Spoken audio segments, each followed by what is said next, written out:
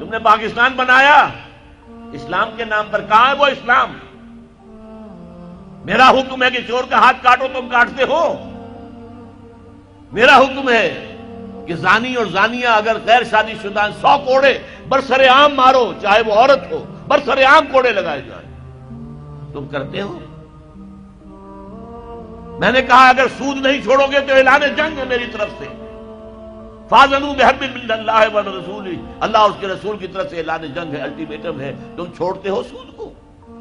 تمہاری تو ساری معیشت جو ہے اس کا تانا بانا سود اور جوئے پر ہے۔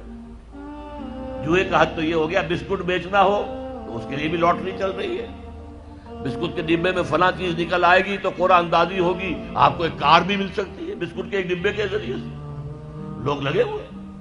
یہ گھی کا ڈبہ اگر لوگے ہمارا تو اس میں سے کوئی سونے کا ٹکڑا بھی نکل کے آ سکتا ہے۔ تو سود اور جوا یہ ہمارے تانا بانا ہے ہماری پوری معیشت۔ یہ جب ہوگا تو آخرت کا عذاب تو ہم مستحق تو ہو چکے ہیں، باقی اللہ تعالیٰ بخش دے، یہ بات دوسری ہے۔ یا رب فاجمعنی بكل الصحب والأحباب واكتب لنا أن ندخل الجنات بالريان۔